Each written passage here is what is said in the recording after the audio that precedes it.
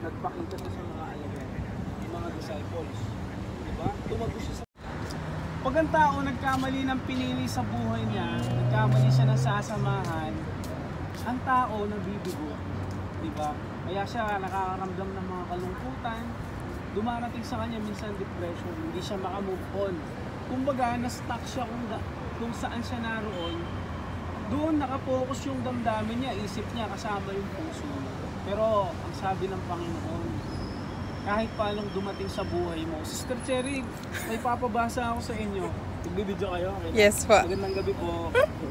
Binabati ko kayo sa pangalan ng Panginoon. Sister Cherry, basahin niyo po ito ha. Yan, sige po. Upo kasi kayo dito sa side na to. Brother Ran, dito ka banda. Magsisampalataya kayo sa Diyos, magsisampalataya naman kayo sa akin. Sa buhay ng aking sa bahay ng aking ama ay maraming tahanan. Kung di gayon ay sinabi ko sana sa inyo.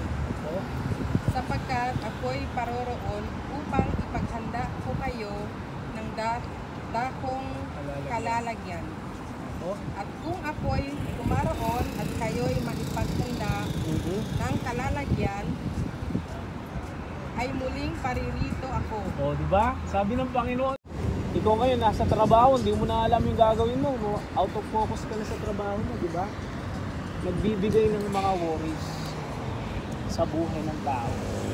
Pero kagaya na sinabi ng Panginoon, marami mang darating na mga problema sa atin, sa buhay natin.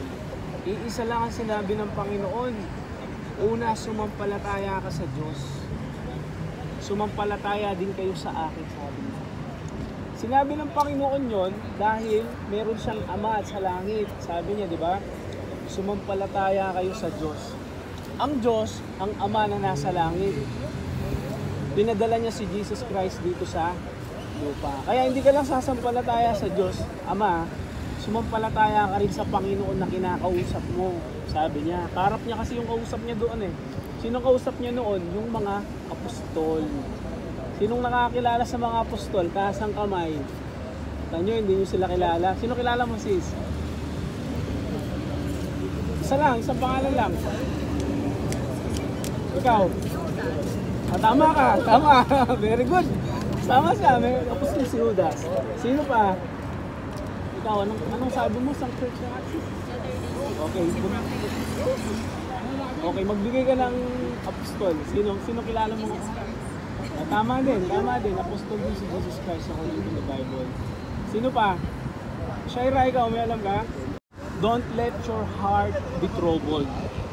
Sabi niya, believe in God, believe also in me. Or, sabi niya, in my Father's house, there are many mansions. Sa bahay ng aking ama, saan ba yun? Sa langit. Ay may mga tahanan. There are many mansions. Mansion, di ba? Po? Church of Christ po. Okay. Christ Church. Kaya sabi ng Bible, tuloy na natin ha, mamaya na ka magtanong pagkatapos ng Bible study. Para hindi tayo may karang. Kaya sabi ng Bible, ang Panginoon naghahanda siya ng tahanan. I will prepare a place for you. Dito sa lupa, nagkatrabaho tayo, di ba? Para maitayo natin yung bahay natin. Di ba? Sino na nakapagpatayo ng bahay sa inyo? Yung tatay nyo, wala.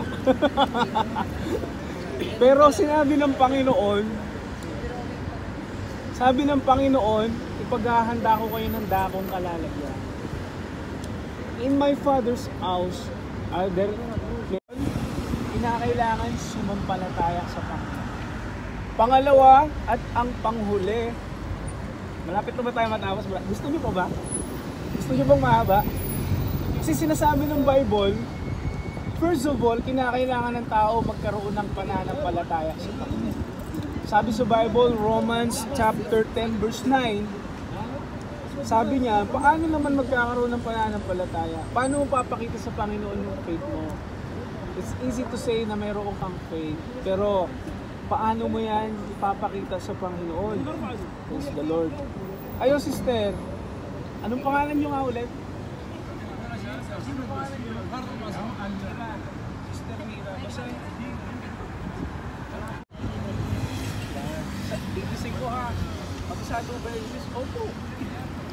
Sabi sa Bible, if you confess with your mouth that Jesus is Lord, ano daw si Jesus? Lord. Hindi siya ordinaryong tao mga kapatid. Siya ay Panginoon. If you confess with your mouth that Jesus is Lord, ano daw si Jesus? Lord. Panginoon siya. And you will believe with your heart that God raised Him from the dead, you will be Saved. Kaya kapag sumampalataya ka daw na si Jesus ay iyong Panginoon at sasampalataya ka sa iyong puso na binuhay siyang maguli ng Diyos sa mga patay, maliligtas ka. Kita nyo? Kinakailangan palang maipakayan sa ating si Jesus Panginoon mo. Hindi mo lang sa puso, ay sa puso ka nananampalataya. Hindi. Kinakailangan mong bigkasin ang pananampalataya. Naalala niyo yung nakapako dun sa krus? Sabi niya, Jesus, alalahanin mo ako pagdating mo sa iyong kaharian. Sinabi niya yung gusto niyang mangyari. Sinabi niya yung pananampalataya. Anong sabi ni Lord sa kanya? Ngayon din, kasasamahin kita sa paraiso. Ano ang kaharian ni Jesus? Paraiso. Kaya ang paraiso, nakalaan yan kanino? Sa mga taong sumasampalataya. Pangalawa at panghuli.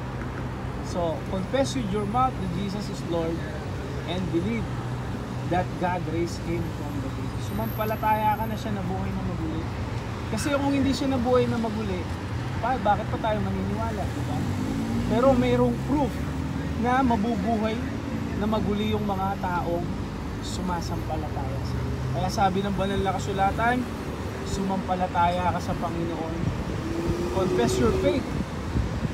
Believe that Jesus is Lord and God raised Him from the dead. Second and last. Wow, praise the Lord, matatapos na tayo. Ano yung second at saka last?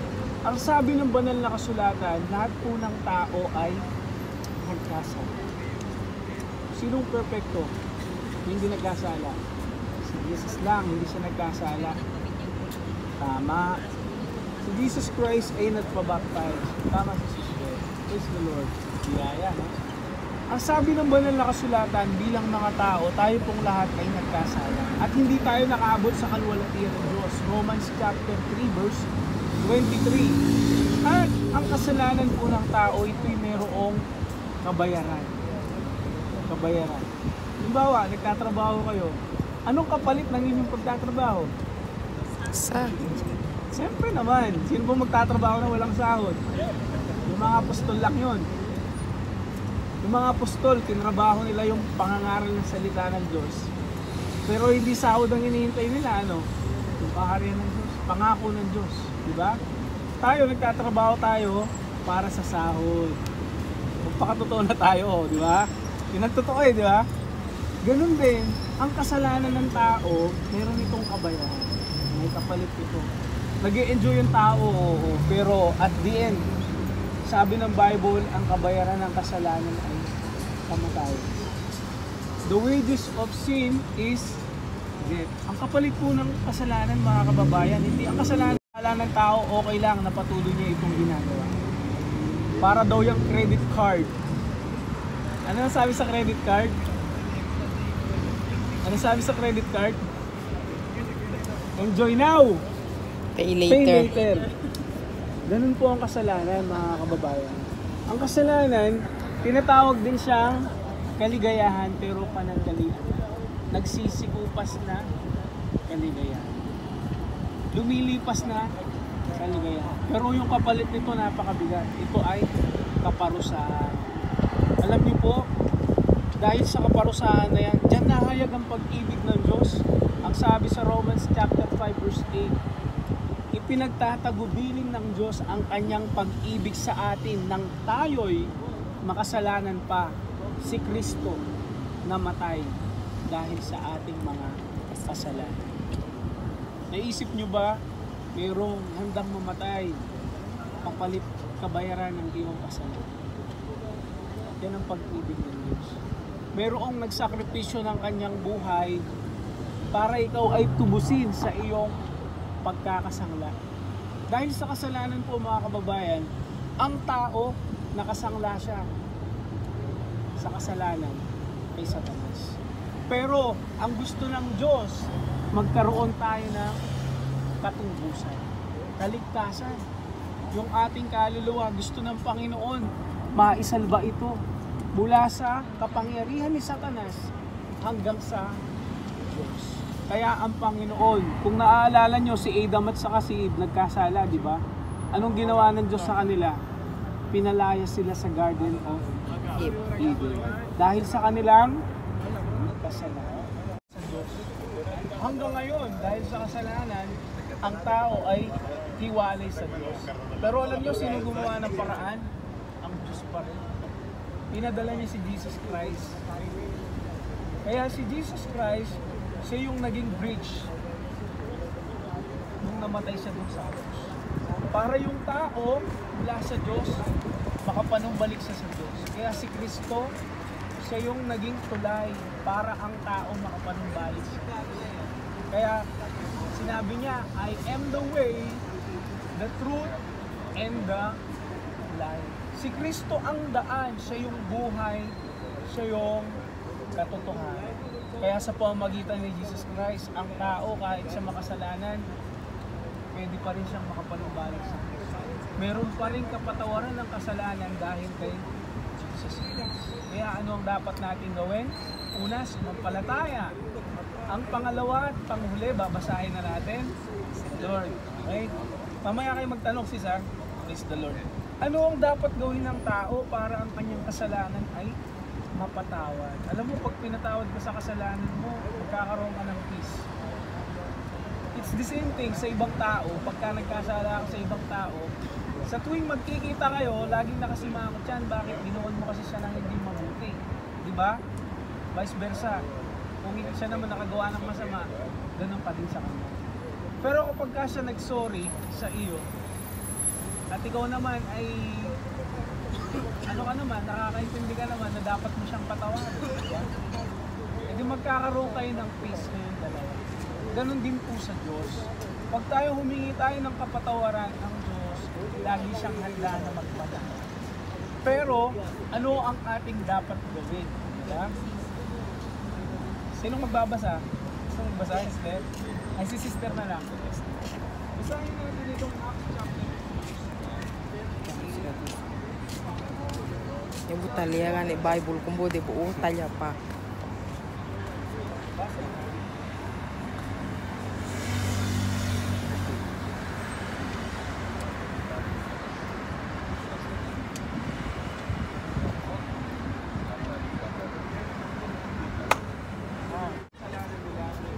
Sabi ni Apostol Pedro, yung pinapon niyo sa krus, yan si Kristo yung Ano sila? Showy. kaya nung nasaktan sila, yung sinabi, Perdon na lang at tumunggol, Diyos. ikaw ba nakagawa ka ng kasalanan? Pasig mo parang wala kang ginawa. Kaya, kinakailangan natin magsisisi dahil ang pagsisisi yan ang paraan ng Diyos. Ibig sabihin ng pagsisisi, panunumbalik sa Panginoon. You will feel sorry about the wrongs that you have done at hindi mo na yung gagawin mo. Kasi pag inulit mo pa yun, hindi na magiging totoo yung pagsisisi. Pag hindi ka maniwala, ang sumasampalataya daw. At may karugtong yun. Ang sumasampalataya at Hindi sumasampalataya. hindi, basahin mo ulit yung 16. Ang sumasampalataya at mabautismuhan At ay maliligtas. alam niyo yung at, yung word na at, conjunction yan. Pinagdudugtong yung dalawang salita, di ba? Ang sumasampalataya at mabautismuhan. Hindi siya faith alone. Kailangan mo ng decision to be baptized. Bakit po? What is baptism? Ang bautismo kasi pakikipagkaisa kay Jesus Christ. Hindi yan binyan. Kasi sa Catholic yan. Doon yun. Magkaiba yun. Yung tinuturo ng gospel, kilala mo kung sinong pinapaniwalaan mo. At you are willing to repent. Yung bata ba kayang magsisi? Hindi. Yung bata ba kaya sumampalataya? Baka hingi sa inyo gatas, iiyak yun. Kaya alam mo, gusto niya ng gatas. Pero yung taong nakakaunawa ng mabuti at masama, siya yung dapat humingi ng tawad, sumampalataya sa Panginoon. Siya yung dapat magpa-bautismo. Pagaya ni Jesus Christ. Si Jesus Christ lumapit kay John para... Sinong lumapit? Yung magpapabautismo? Di ba? Yung magpapabautismo. Di ba? Para yung mga tao ay sumunod sa kanya. Tama. Which is perfect. Baptism, it means, it symbolizes the death and resurrection of Christ. Kaya si Christ namatay, inilibing siya. Kaya kapag ikaw binabautismuhan, parang inililibing ka rin. Kaya lang hindi lupa ang pinanlilibing sa iyo, tubig. Naunawaan niyo po?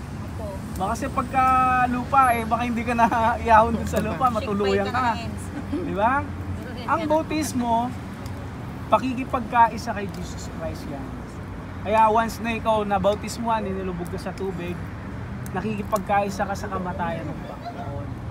At pagka ikaw umahon ka na sa tubig, may pagkakataon ka nang lumakad sa panibagong buhay. Anong klaseng buhay? Buhay na kay Kristo. Buhay na pinatawad sa kasalanan. Buhay na mayroong buhay na wala. Kaya ikaw ngayon, nasa iyo na ang pangako ng Diyos pagka ikaw ay nabautismo.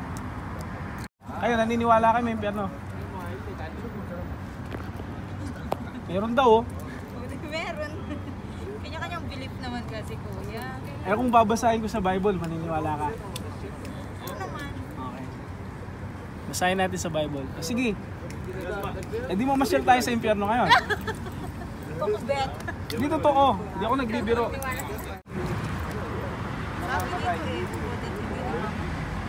Hindi natin pag-uusapan na may impyerno. Meron talaga. It's ili utan Bible study pero tan marites ili. Kaya sabi ng Bible, kung ang isang mata mo dinadala ka sa pagkakasala, para tayo makapasok sa kanyang kaharian. Hindi kasi pwede sa langit yung ang tao na bubuhay sa kasalanan. Yes.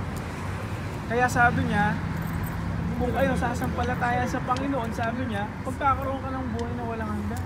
Yes. And to prove your faith and your repentance, kinakailangan mo magpa-bautism. Kasi walang hatol kay yung mga taong na kay Kristo, wala nang hatol sa kanila. Maaari nagkakasala pa rin sila kasi hindi sila perfecto. But the Lord is willing. He's always willing to forgive. Laging handa ang Panginoon na magpatawad. Sa gabing ito, nasagot ba tanong nyo? May tanong pa kayo? Diba? Anong dapat gawin ng tao para pumasok sa kaharian ng Diyos? follow the 3 steps. Anong sabi? Sige nga, summary mo, anong sabi, sister? Have faith, repent, and baptize. Yan ang dapat nating gawin, mga kababayan. Kasi hindi natin hawak ang ating buhay. Anytime, any moment, pwedeng mawala ang buhay natin. Kaya kailangan natin itong tanggapin habang may pagkakataon. Habang nasa iyo pa yung hininga ng buhay, gawin mo na kagad. Kagaya nung magnanakaw. Yung magnanakaw na nakapako sa krus, kinuha niya yung moment. Bakit? Anytime, pwede na siyang mamatay. Pero kinuha niya yung pagkakataon na sumampalataya sa Panginoon. Sabi niya, Jesus, alalahanin mo ako pagdating mo sa iyong kaharian. After that, namatay na sila, di ba? Pero siya, tinanggap niya yung pangako ng Panginoon. Dahil sabi ni Jesus, ngayon din kakasamahin kita sa paraiso. Sa paraiso, walang uod na hindi namamatay doon, walang apoy na hindi namamatay doon. Meron doon, kaaliwan at kagala. Sa susunod, may mahaba pa kasi ito kung pinuputol ko lang kasi ang haba na natin nag-Bible study. Pero kung tutuusin sa Bible, maraming example na meron taong pumunta sa impyerno, meron din taong pumunta dun sa lugar kung saan merong kaaliwan. Si Lazarus at saka yung mayaman. Saka na natin yun pag-aralan. Sa ngayon, gabi na, magpipray na tayo. Tama po ba, Sister Cherry? Praise the Lord. Sinong may prayer request? Prayer request kayo, Sister? Kayo po, may prayer request po kayo. Parang malungkot kayo. Akala ko ba mabuting balita yun? Ba't kayo nakasimangot? Di ba? Alam nyo, ang taong masunurin sa Diyos, there is no reason to be sad. Kasi yung obedience mo, Dadaling ka niyan sa tunay na kagalakan. Kagaya ni Jesus Christ, yung krus na nilagay sa harap niya, inari niyang kagalakan yun. Hindi siya nalungkot, anak ko po, napakabigat naman ng krus na papasanin ko. Hindi sinabi Panginoon yun. Ang sabi niya, kung maaari mailayon sa harong na to sa akin, kundi, hindi ang aking kalooban, kundi ang kalooban. Not my will, but your will be done. Kaya ang prayer nga ni Jesus Our Father in heaven, hallowed be thy name. Thy kingdom come. Your will be done. Mangyari ang kalooban mo. Yan dapat ang mangyari sa atin, ang kalooban ng Diyos. Ano bang kalooban ng Diyos sa atin? Na tayo magkaroon ng buhay na walang dapat masaya tayo dyan. Diba? Anong dapat gawin? Sumampalataya, magsisi at magpabautismo. Pagkakataon, dalo kayo sa church. Saan? Merong nagbabautismo doon. Sa church? Alam niyo yung Crystal Hotel? Sa likod ng Hamed Center. Doon kami Sa nagagalit. Madinat Sayed. O tama po, Sister Cherry. Paano niyo nalaman? Nakita ko sa Facebook. Hindi sa mismong Madinat Zayed sa Yes Paragon po. Hotel. Sa likod siya. Paragon Hotel. Crystal. Opo, katabi ng Crystal Hotel. Anyway, meron kaming Bible study bukas, 8 p.m. Ako yung ng Diyos. First time ko mag-Saudi din. Kung kayo available, pwede naman kayong pumunta. Welcome kayo doon. Kasi sabi ni Lord, pumasok kayo sa kagalakan ng inyong Panginoon. Kaya kapag papasok ka dun sa church, dapat masaya ka. Bakit po, brother? Makakatagpo mo ang Panginoon. Diba? Kaya ang Panginoon, kung saan nagkakatipon ng 2 o 3 sa aking pangalan, nandoon ako sa kanilang kalagitnaan. Kaya hindi natin nakikita ang Panginoon, but as we gathered in His name, ang pangako niya nandiyan siya. Kaya alam ng Panginoon kung ang ating kalagayan ngayon. Alam ng Panginoon kung sinong nakinig sa kanyang mabuting balita. Alam din ng Panginoon kung sino yung mga handang sumunod sa mabuting balita. Sa gabing ito, sinong gustong magbigay ng number para may makontak ako? Sister Shaira. Kayo po. Willing kayo pumunta doon? Praise the Lord. Lord, dakilang Diyos, salamat po sa pagkakataon na pinahintulot mo na aming mapakinggan ang mabuting balita. Dilitiba ang pagliligtas ng Panginoong Yesus at ang kapatawaran ng aming mga kasalanan. Hallelujah. Tulungan mo lamang po kami na aming may sagawa, O Diyos, ang mga salita na aming napakinggan sa aming mga buhay. Salamat po sa pangalan ni Jesus po aming dalangin. Amen. Amen. Sige, Sister Cherry, kuhanin ko number niyo, ha? Sige po. Kasi yung boses ko I love you. Dear Lord,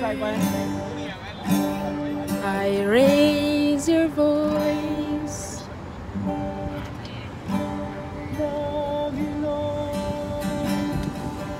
And I Raise your voice to worship you. Oh, my soul, rejoice. take joy, my King, In what you let this sweet sound in your ears. Diba? Sabihan mo rin ng I love you sa Lord. Hindi lang siya, di ba? Kasi kung mayroong higit na nagmamahal sa atin.